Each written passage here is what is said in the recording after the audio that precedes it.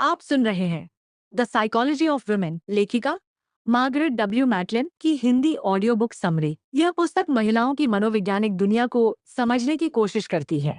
इसमें बताया गया है कि समाज, संस्कृति, परिवार और जैविक कारक किस तरह महिलाओं के व्यवहार, सोच और जीवन के अनुभवों को प्रभावित करते हैं। नमस्ते दोस्तों।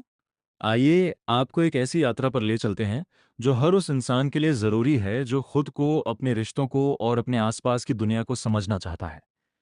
ये कहानी है महिलाओं के मनोविज्ञान की, लेकिन ये सिर्फ महिला के बारे में नहीं है। ये उन सभी सामाजिक, जैविक और मनोवैज्ञानिक पहलुओं की कहानी है जो महिलाओं के जीवन को आकार देते हैं। मार्गरेट डब्ल्यू मैटलिन की ये किताब साइकोलॉजी ऑफ वीमेन एक ऐसा दर्पण है जो हमें दिखाता है कि कैसे समाज, संस्कृति और हमारे अपने विश्वास मिलकर महिलाओं के अनुभवों को जन्म देते हैं। ये कहानी शुरू होती है एक बुनियादी सवाल से, असल में सेक्स और जेंडर क्या है।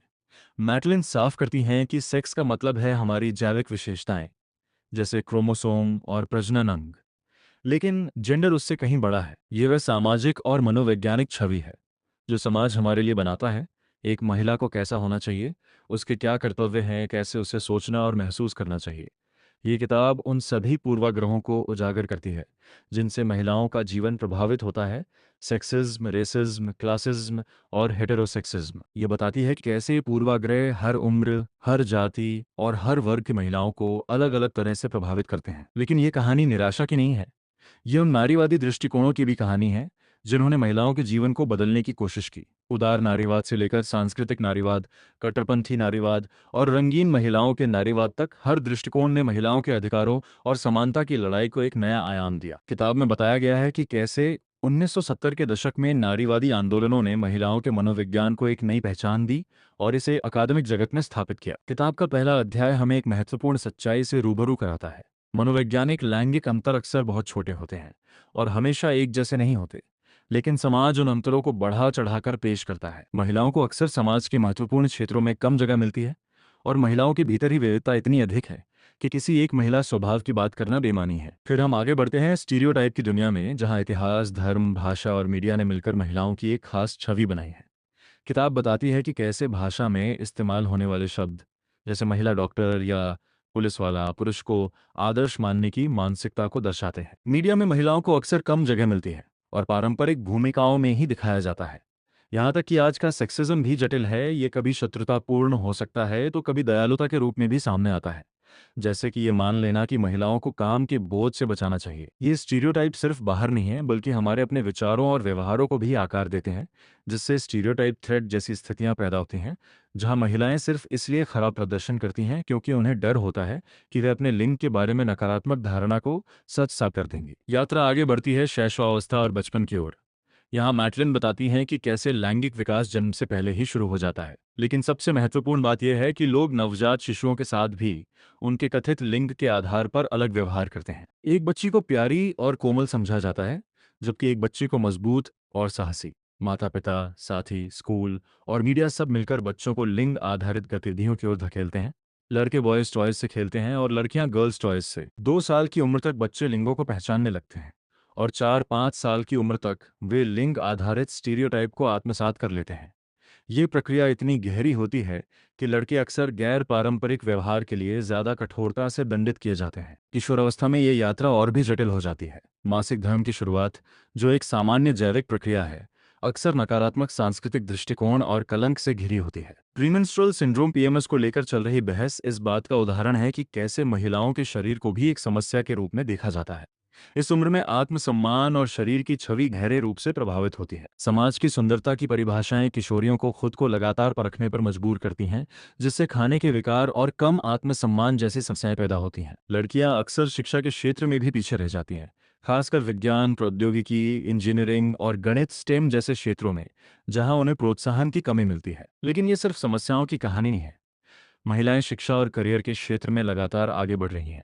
हालांकि संज्ञानात्मक क्षमताओं में लैंगिक अंतर बहुत छोटे होते हैं और अक्सर अतिरंजित किए जाते हैं। महिलाएं कुछ मौखिक कार्यों और याददाश्त में थोड़ा बेहतर प्रदर्शन कर सकती हैं, जबकि पुरुष स्थानिक क्षमता के कुछ परीक्षणों में। लेकिन सबसे बड़ा अंतर आत्मविश्वास और सफलता को परिभाषित करने के तरीके में है। पुरुष अक्सर अपनी सफलता को अपनी क्षमता से जोड़ते हैं, जबकि महिलाएं इसे किस्मत या कड़ी मेहनत का परिणाम मानती हैं। महिलाएं सफलता को अक्सर व्यक्तिगत संबंधों और कल्याण के संदर्भ में परिभाषित करती हैं, जबकि पुरुष भौतिक सफलता को अधिक महत्व देते हैं। संचार और व्यक्तित्व के क्षेत्र में भी ये अंतर देखने को मिलता है। महिलाओं के अधिक बातूनी होने का स्टीरियोटाइप गलत है। असल में पुरुष ज्यादा बात कर सकते हैं, लेकिन पुरुष अधिक बीच में टोकते हैं, खासकर जब वे उच्च सामाजिक स्थिति में हो। महिलाएं अशाब्दिक संकेतों को पढ़ने में अधिक माहिर होती हैं। परोपकारिता और आक्रामकता में भी अंतर है।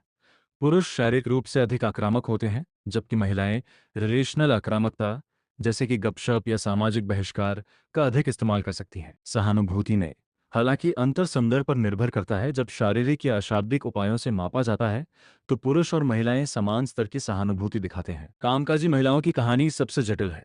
पिछले कुछ दशकों में महिलाओं के रोजगार में भारी वृद्धि हुई है, लेकिन असमानता अभी भी बनी हुई है। वेतन में अंतर एक कड़वा सच है।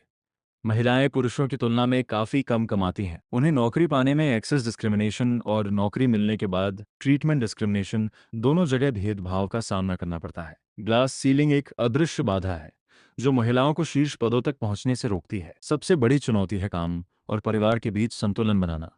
महिलाएं अभी भी घर के अधिकांश कामों और बच्चों की देखभाल की जिम्मेदारी निभाती हैं, जिससे रोल स्ट्रेन यानी भूमिका संबंधी तनाव पैदा होता है। प्रेम संबंधों की दुनिया में किताब बताती है कि पुरुष और महिलाएं एक आदर्श साथी में अलग अलग गुण देखते हैं।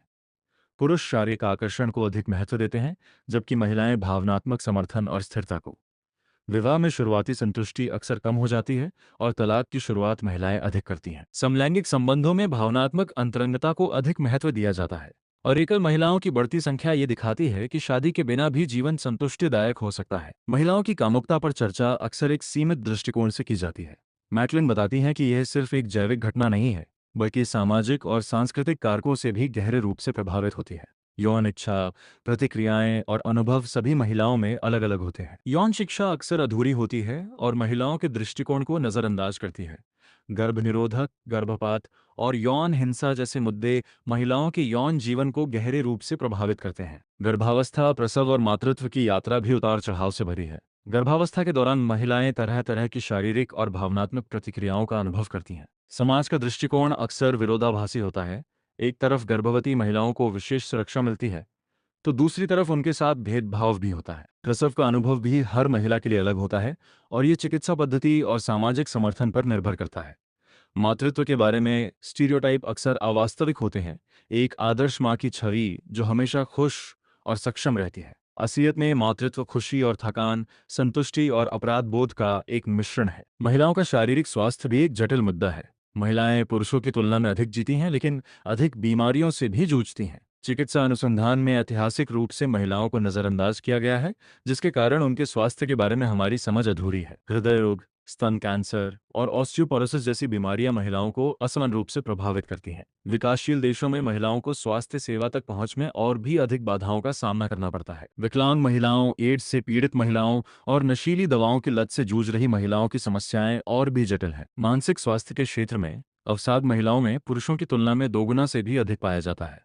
इसके कई कारण हैं: जैविक कारक, सामाजिक दबाव, हिंसा का अनुभव और आर्थिक असमानता। पतलेपन की संस्कृति और वस्तुनिष्ठ शरीर चेतना ने खाने के विकारों को जन्म दिया है, जो मुख्य रूप से महिलाओं को प्रभावित करते हैं। पारंपरिक चिकित्सा पद्धतियां अक्सर महिलाओं की मानसिक स्वास्थ्य समस्याओं को पूरी तरह से संबोधित नहीं कर पाती और नारीवादी चिकित्सा एक विकल्प के रूप में उभरकर सामने आई है। महिलाओं के खिलाफ हिंसा शायद इस कहानी का सबसे दर्दनाक अध्याय है। यौन उत्पीड़न, बलात्कार और घरेलू हिंसा महिलाओं के जीवन को गहरे रूप से प्रभावित करते हैं। ये हिंसा की चरम सीमाएं हैं, जो पारंपरिक लैंगिक भूमिकाओं और शक्ति असंतुलन का परिणाम है। इन हिंसाओं के बारे में कई मिथक हैं कि बलात्कारी अजनबी होते हैं, कि महिलाएं उकसाती हैं, कि शादीशुदा बलात्कार संभव नहीं है। ये मिथक पीड़िताओं को और अधिक आघात पहुंचाते हैं और उन्हें न्याय पाने से रोकते हैं। इस हिंसा को रोकने के लिए सामाजिक दृष्टिकोण में बदलाव, शिक्षा और मजबूत कानूनी कार्रवाई की जरूरत है। लेकिन ये यात्रा यहीं खत्म नहीं होती।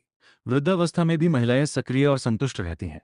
एजिज्म यानी उम्र के आधार पर भेदभाव विशेष रूप से वृद्ध महिलाओं को प्रभावित करता है, जिन्हें अक्सर मीडिया में नजरअंदाज किया जाता है। रजोनिवृत्ति, जिसे अक्सर एक नकारात्मक घटना के रूप में देखा जाता है, कई महिलाओं के लिए राहत और नई शुरुआत का समय होता है। वृद्ध महिलाएं परिवार में महत्वपूर्ण भूमिका निभाती हैं, हालांकि उन्हें वित्तीय और स्वास्थ्य संबंधी चुनौतियों का भी सामना करना पड़ता है। फिर भी कई वृद्ध महिलाएं उच्च जीवन संतुष्टि की रिपोर्ट करती हैं, जो वेल बीइंग पैराडॉक्स का एक उदाहरण है। अंत में ये किताब भविष्य की ओर देखती है। मनोविज्ञान के क्षेत्र में महिलाओं की संख्या लगातार बढ़ रही है, जो एक सकारात्मक संकेत है। लेकिन अभी भी बहुत काम किया जाना बाकी है। शोध में विविधता लाने की जरूरत है, ताकि रंगीन महिलाओं और विभिन्न सामाजिक आर्थिक पृष्ठभूमि की महिलाओं के अनुभवों को भी शामिल किया जा सके। नारीवादी आंदोलन को और अधिक समावेशी बनाने की जरूरत है, ताकि यह सुनिश्चित हो सके कि हर महिला की आवाज सुनी जाए। तो यह है महिलाओं के मनोविज्ञान की कहानी। यह सिर्फ एक अकादमिक विषय नहीं है, बल्कि एक जीवंत, गतिशील और जटिल यात्रा है। यह हमें बताती है कि महिलाएं केवल अपनी जैविक विशेषताओं का परिणाम नहीं है, बल्कि वे सामाजिक, सांस्कृतिक और ऐतिहासिक ताकतों की एक उपज है। उनका जीवन संघर्षों, चुनौतियों, विजय और खुशियों से भरा हुआ है। मार्गरेट मैटलिन की ये किताब उसी जटिलता को समझने और सराहने का एक प्रयास है। ये हमें याद दिलाती है कि महिलाओं के अनुभवों को समझे बिना हम मानव मनोविज्ञान की पूरी तस्वीर कभी नहीं देख सकते। यह कहानी हर उस व्यक्ति के लिए है जो समानता, न्याय और समझ की दुनिया का सपना देखता है। ऐसी ही दिल को छू लेने वाली किताबों से जुड़ने के लिए हमारे चैनल को सब्सक्राइब करें, क्योंकि अच्छी किताबें दिल ही नहीं, रूह तक उतर जाती हैं। धन्यवाद।